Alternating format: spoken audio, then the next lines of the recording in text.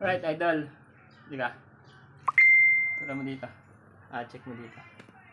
Yan, so naglilinis ka ng caliper mga idol. Check mo to. Yung guide pin ng ating mga brake pad. Yan. So kadalasan kasi, so base sa aking experience mga idol, eto. May stock.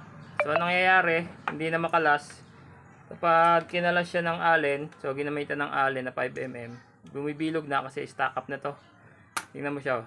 May kalawang na. So gawin lang natin ang mga idol para hindi siya mag-stock up sa susunod na babaklasin ulit. Lihahin lang natin to or no, tawag dito, steel brush. Tapos lalagyan natin ng grasa.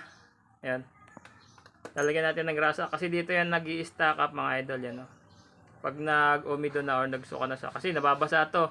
Hindi naman maiiwasan na mabasa to, kaya dapat mas okay kung lalagyan natin ng grasa kasi dito yan may stock up yan dun sa loob at saka dito. Alright, so yun lang mga idol, lagyan lang natin ng grasa to para hindi mag stock up.